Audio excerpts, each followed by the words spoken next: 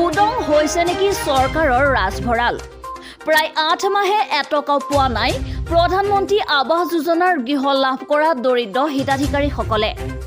চৰকাৰে ধনৰাশি মোকলাই দিয়াত গৃহ নিৰ্মাণ সম্পূৰ্ণ কৰিব নোৱাৰি পচন্দ শীতৰ মাজতেই তিৰপাতৰ তলত কণ কণ শিশুক লৈ নিশা কটাইছে লাহৰীঘাটৰ বহু দৰিদ্ৰ পৰিয়ালে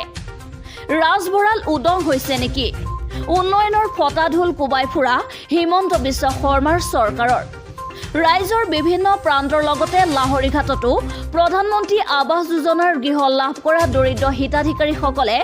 গৃহ নিৰ্মাণৰ প্ৰথম কিস্তিৰ টকাৰে ঘৰৰ ভেটি নিৰ্মাণ কৰিছে যদিও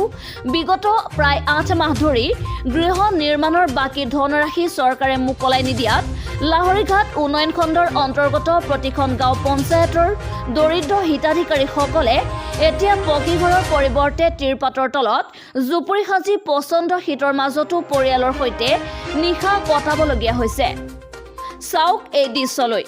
প্ৰতিখন গাঁৱতেই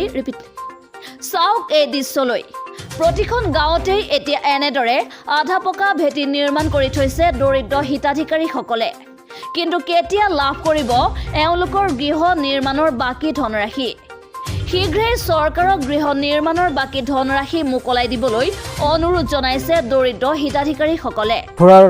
আপোনাৰ ঘৰ পাইছিলে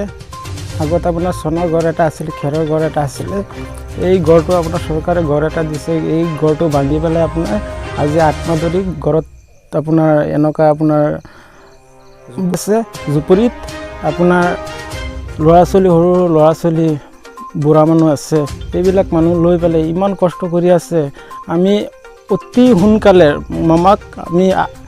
নিমন্ত্ৰণ কৰিছোঁ আপোনাৰ আহ্বান জনাইছোঁ যাতে এই সোনকালে যাতে ঘৰখিনি যাতে মুকলাই পইচাখিনি ঘৰৰ পইচাখিনি যাতে মুকলাই দি দিয়ে গোটেই লাহৰীঘাট উন্নয়ন খণ্ডৰ যিমান ঘৰ আছে এই ঘৰ গোটেইখিনি পইচা যাতে মামাই দি দিয়ে চৰকাৰে পইচা দিলে পইচা দিয়াৰ পিছত আমি খুঁটা চুটা বনাই আমি পিৰালি উঠাইছোঁ এতিয়া 8 মাহ হৈ গ'ল পইচা সোমোৱা নাই কৈ আছে দিব বুলি দিয়া নাই ল'ৰা ছোৱালী আছে ইমান ঠাণ্ডাৰ দিনত কি কৰোঁ যেনেকৈ আমি ওপৰত উঠাই পেলাই যেনে তেনে থাকি আছোঁ ইমান কষ্টত